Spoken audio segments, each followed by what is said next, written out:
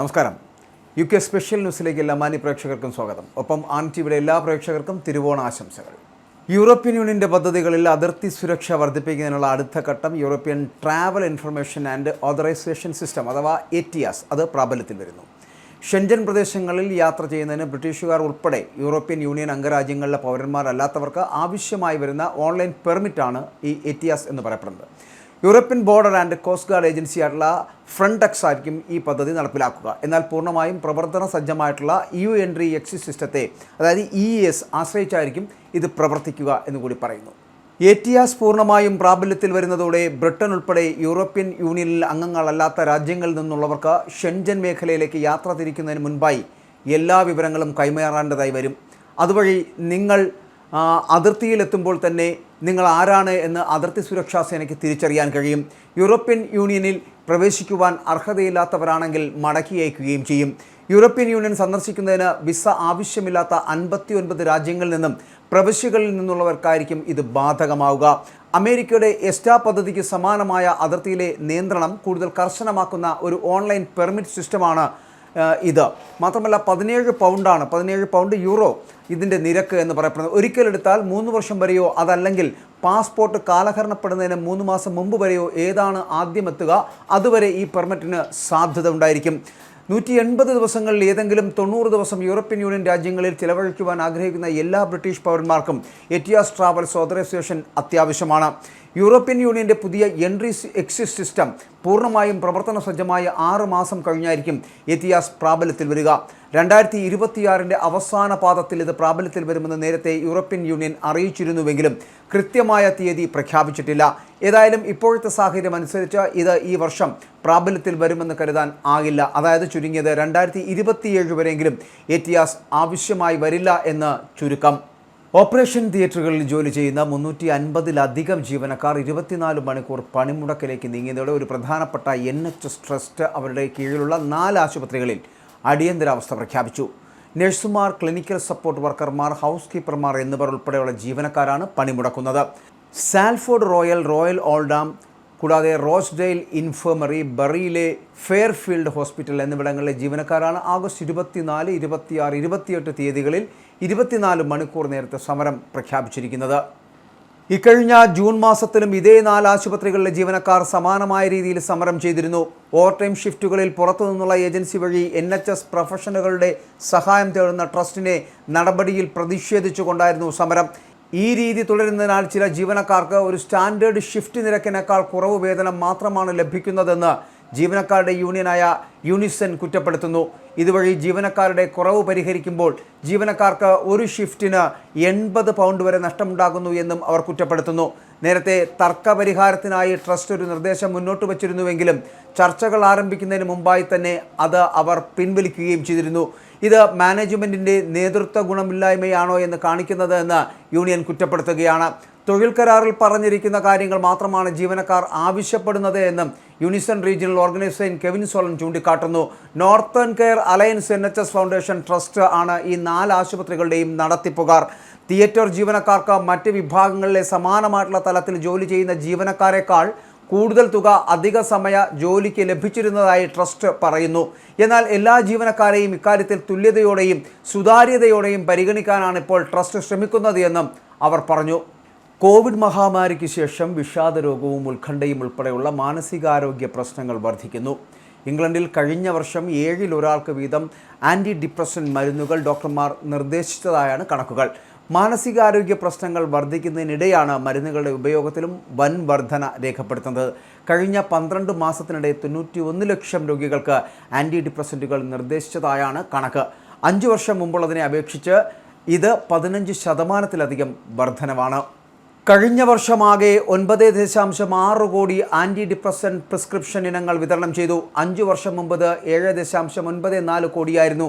Anti depressant ഉപയോഗത്തിൽ മേഖലകൾക്കിടയിലും വലിയ വ്യത്യാസമുണ്ട്. നോർത്ത് കുംബ്രിയ, സൗത്ത് യോർഷെയർ മേഖലകളിലാണ് ഉപയോഗനിരക്ക് ഏറ്റവും ഉയർന്നത്. ലണ്ടനിലെ സമ്പന്ന മേഖലകളുമായി താരതമ്യം ചെയ്യുമ്പോൾ ചില പ്രദേശങ്ങളിൽ മരുന്നുപയോഗം ഏകദേശം ഇരട്ടിയാണ്.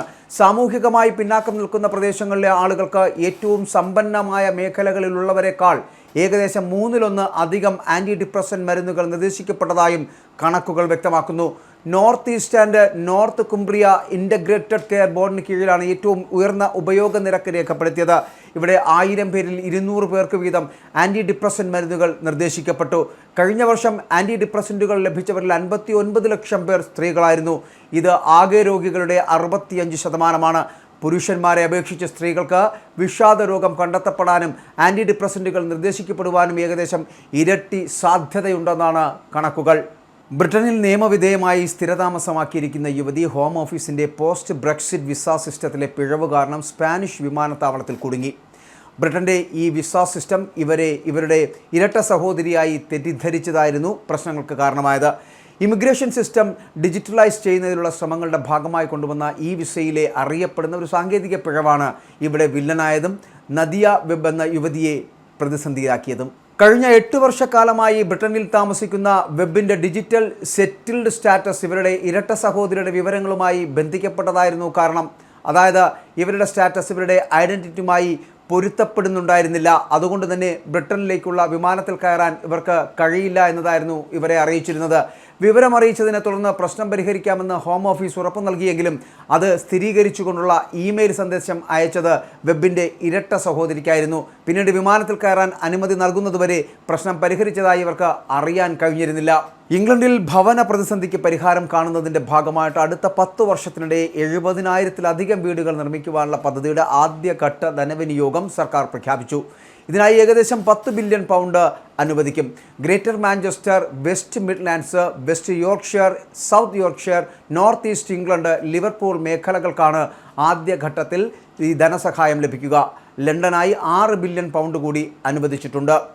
സർക്കാരിൻ്റെ £39 ബില്യൺ സാമൂഹിക ഭവന നിർമ്മാണ പദ്ധതിയുടെ ഭാഗമായാണ് നടപടി. രാജ്യത്തുടനീളം അടുത്ത 10 വർഷത്തിനുള്ളിൽ 3 ലക്ഷം സാമൂഹികവും താങ്ങാനാവുന്നതുമായിട്ടുള്ള വീടുകൾ നിർമ്മിക്കുകയാണ് പദ്ധതിയുടെ ലക്ഷ്യം.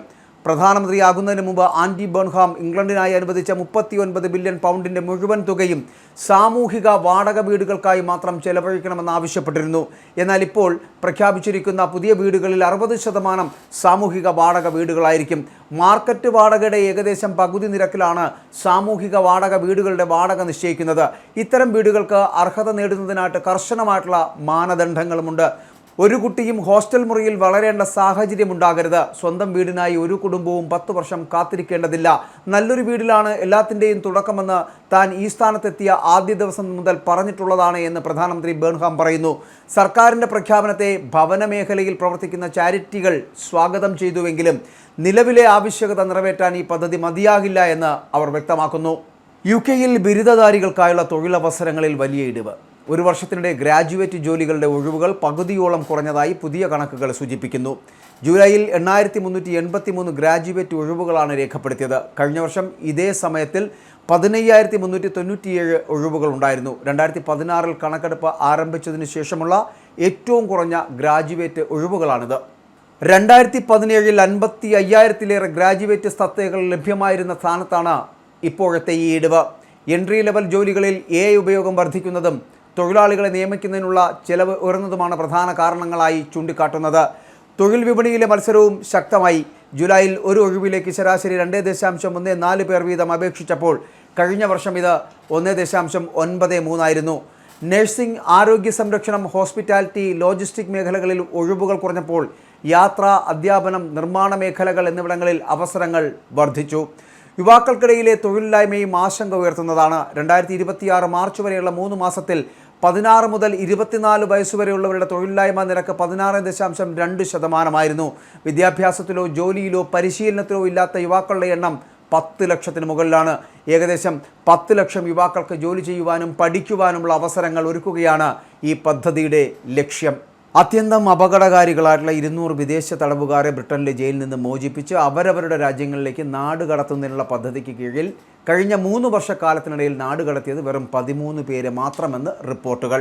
അമിതമായ തിരക്കുള്ള ബ്രിട്ടീഷ് ജയിലുകളിൽ നിന്നും തടവുകാരെ മോചിപ്പിച്ച് തിരികെ അയക്കുന്നതിന് അൽബേനിയയുമായിട്ട് £8 മില്യൺ ഒരു കരാർ 2023 ഒപ്പിട്ടിരുന്നു. ഇംഗ്ലണ്ടിലെയും വെയിൽസിലെയും ജയിലുകളിൽ കഴിയുന്ന ഗുരുതരമായിട്ടുള്ള കുറ്റകൃത്യങ്ങളിൽ ഏർപ്പെട്ട് 4 വർഷമോ അതിലധികമോ കാലം തടവ് ശിക്ഷ ലഭിച്ച അൽബേനിയൻ കുറ്റവാളികളെ നാടുകടത്തുന്നതിനുള്ളതായിരുന്നു ഈ കരാർ. ബ്രിട്ടീഷ് ജയിലുകളിലെ തിരക്ക് കുറയ്ക്കാൻ ഇതുവഴി കഴിയുമെന്നും സർക്കാർ ഖജനാവിന് ലാഭമുണ്ടാക്കാൻ കഴിയുമെന്നായിരുന്നു പ്രതീക്ഷിച്ചിരുന്നത്. എന്നാൽ ഈ പദ്ധതിക്ക് കീഴിൽ ഇതുവരെ വെറും 13 പേരെ മാത്രമാണ് മടക്കി അയച്ചത് എന്നാണ് ഇപ്പോൾ പുറത്തുവരുന്ന റിപ്പോർട്ടുകൾ സൂചിപ്പിക്കുന്നത്. അൽബേനിയൻ നീതിന്യായ മന്ത്രാലയത്തിലെ സ്രോതസ്സിനെ ഉദ്ധരിച്ചുകൊണ്ട് ഡെയിലി മെയിലാണ് ഇക്കാര്യം റിപ്പോർട്ട് ചെയ്തിരിക്കുന്നത്. മന്ത്രാലയത്തിൻ്റെ കണക്കുകൾ പ്രകാരം ഇപ്പോൾ 1200-നും 1500-നും ഇടയിൽ അൽബേനിയൻ വംശജർ ചെറുതും വലുതുമായിട്ടുള്ള കുറ്റകൃത്യങ്ങൾക്ക് ശിക്ഷിക്കപ്പെട്ട ബ്രിട്ടീഷ് ജയിലുകളിലുണ്ട്. ബ്രിട്ടനിലെ മൊത്തം വിദേശ തടവുകാരുടെ 10% വരും ഇത്. ഇവരെ തിരിച്ചയക്കുന്നതിന് ബ്രിട്ടീഷ് സർക്കാരിൻ്റെയും അൽബേനിയൻ സർക്കാരിൻ്റെയും അനുമതി ആവശ്യമാണ്. ഇവരിൽ ഭൂരിഭാഗം പേരും അനധികൃതമായാണ് ബ്രിട്ടനിൽ കുടിയേറിയിരിക്കുന്നത്. അതുകൊണ്ട് തന്നെ ഇവരെ സംബന്ധിച്ച് നിയമപരമായിട്ടുള്ള രേഖകൾ ഉണ്ടാക്കി നാടുകടത്തുക എന്നത് വലിയൊരു വെല്ലുവിളിയായി മാറിയിരിക്കുകയാണ്. ആഗസ്റ്റ് മാസം അതിൻ്റെ അവസാന ആഴ്ചയിലേക്ക് നീങ്ങുമ്പോൾ ബ്രിട്ടനിൽ പലയിടങ്ങളിലും നീണ്ടു നിൽക്കുന്ന മഴയ്ക്കും പേമാരിക്കും സാധ്യതയുണ്ട് എന്ന് കാലാവസ്ഥാ റിപ്പോർട്ടുകൾ പറയുന്നു. കഴിഞ്ഞ 2-3 മാസങ്ങളിലായി തുടർച്ചയായി എത്തിയ 5 ഉഷ്ണതരംഗങ്ങൾ ഇംഗ്ലണ്ടിൻ്റെ 70% പ്രദേശങ്ങളെയും വെയിൽസിനെയും കടുത്ത വരൾച്ചയിലേക്ക് തള്ളിയിട്ടിരുന്നു. രാജ്യത്തിൻ്റെ ചില ഭാഗങ്ങളിലിടയ്ക്ക് തണുത്ത കാലാവസ്ഥയും മഴയും അനുഭവപ്പെട്ടിരുന്നുവെങ്കിലും വരൾച്ചയിൽ നിന്നും കരകയറാൻ നല്ല രീതിയിൽ തന്നെ മഴ പെയ്യേണ്ടതുണ്ട്. ബുധനാഴ്ചയോടെ ഇംഗ്ലണ്ടിൻ്റെ തെക്കൻ പ്രദേശങ്ങളിൽ വ്യാപകമായ നീണ്ടു നിൽക്കുന്ന മഴ ലഭിക്കുമെന്നുള്ള റിപ്പോർട്ടുകൾ വരുന്നു. മഴ പെയ്യുമെങ്കിലും ചൂടിന് ശമനമുണ്ടാകാനിടയില്ല. ഉഷ്ണവായു പ്രവാഹം ശക്തമാകുന്നതോടെ താപനില 26 ഡിഗ്രി സെൽഷ്യസ് വരെ എത്തിയേക്കുമെന്നാണ് റിപ്പോർട്ടുകൾ പറയുന്നത്. വ്യാഴാഴ്ചയോടെ പടിഞ്ഞാറൻ മിഡ്ലാൻഡ്സിൽ കനത്ത മഴയുണ്ടാകും. പിന്നീട് അത് മാഞ്ചസ്റ്ററിലേക്കും ലീഡ്സിലേക്കും വ്യാപിക്കും. കിഴക്കൻ ഇംഗ്ലണ്ടിലും കനത്ത മഴയെ എത്തുമെന്നാണ് പ്രതീക്ഷിക്കുന്നത്. മാഞ്ചസ്റ്ററിലും ന്യൂകാസിലും ഞായറാഴ്ച ഉച്ചയോടെ പേമാരിക്ക് സാധ്യതയുണ്ട്. ഇടയ്ക്ക് ചൂടുള്ള കാലാവസ്ഥ അനുഭവപ്പെടുമെങ്കിലും താപനില ശരാശരിയോട് അടുത്തതായി തുടരുമെങ്കിലും ദീർഘനാൾ നീണ്ടു നിൽക്കാത്തതിനാൽ ഉഷ്ണതരംഗത്തിനുള്ള സാധ്യത കുറവായിരിക്കും. വ്യാഴാഴ്ച ലണ്ടനിൽ താപനില 26 ഡിഗ്രി സെൽഷ്യസ് ആയിരിക്കും. രാജ്യത്തിൻ്റെ മറ്റു ഭാഗങ്ങളിൽ താപനില 20 ഡിഗ്രിക്കും 25 ഡിഗ്രിക്കും ഇടയിലായിരിക്കും. സെപ്റ്റംബർ അവസാനത്തോടെ ഇംഗ്ലണ്ടിൻ്റെ തെക്കൻ പ്രദേശങ്ങളിൽ ചൂടുള്ള കാലാവസ്ഥ തിരികെ എത്തുമെന്നും മെറ്റ് ഓഫീസ് പ്രവചിക്കുന്നു. ബ്രിട്ടൻ ഉൾപ്പെടെ 6 യൂറോപ്യൻ രാജ്യങ്ങളിലെ ജനങ്ങൾ കാർബൺ പുറന്തള്ളുന്നു എന്നത് പരിഗണിക്കാതെ എയർ കണ്ടീഷണറുകൾ പ്രവർത്തിപ്പിക്കുവാനാണ് ഇഷ്ടപ്പെടുന്നത് എന്ന് പഠന റിപ്പോർട്ട്. യൂറോപ്യൻ വൻകരയെ ചുട്ടുപൊള്ളിച്ച 4 അതിതീവ്ര ഉഷ്ണതരംഗങ്ങളിൽ 1000-ലധികം അധിക മരണങ്ങളായിരുന്നു രേഖപ്പെടുത്തിയിരുന്നതും. 40 ഡിഗ്രിക്ക് അടുത്തോ അതിനുമേലോ വരുന്ന താപനിലയിൽ തങ്ങളുടെ കുടുംബാംഗങ്ങളുടെ ആരോഗ്യത്തിനാണ് സർവേയിൽ പങ്കെടുത്തവരിൽ 30 മുതൽ 52% വരെ പേർ പ്രാധാന്യം നൽകിയത്. സർവേയിൽ പങ്കെടുത്തവരിൽ സ്പെയിനിൽ നിന്നുള്ള 27% പേരിൽ, ഫ്രാൻസിൽ നിന്നുള്ള 41% പേരും, ജർമ്മനിയിൽ നിന്നുള്ള 53% പേരും പറഞ്ഞത് അവർക്ക് അവരുടെ വീടുകൾ ആവശ്യമുള്ളത്ര തണുപ്പിച്ച് സൂക്ഷിക്കുവാൻ കഴിയുമെന്നാണ്. അത് കൂടുതൽ സൗകര്യപ്രദമാക്കാൻ സർക്കാർ ആവശ്യമായ വിവിധ നടപടികൾ സ്വീകരിക്കണമെന്നും അവർ ആവശ്യപ്പെടുന്നു. ജൂലൈ മാസത്തിൽ France, Germany, Italy, Poland, Spain എന്നിവിടങ്ങളിലായി യുഗോവ് ആണ് ഈ സർവേ നടത്തിയത്. ഓഗസ്റ്റിൽ ബ്രിട്ടനിലും സർവേ നടത്തിയിരുന്നു. സർവേയിൽ പങ്കെടുത്തവരിൽ 61 മുതൽ 73% വരെ പേർ എയർ കണ്ടീഷനിങ് ആണ് കാർബൺ വികിരണത്തെക്കാൾ പ്രാധാന്യമെന്നാണ് പറഞ്ഞത്. ഈ ബുള്ളറ്റിൻ പൂർണ്ണമാകുന്നു. നമസ്കാരം.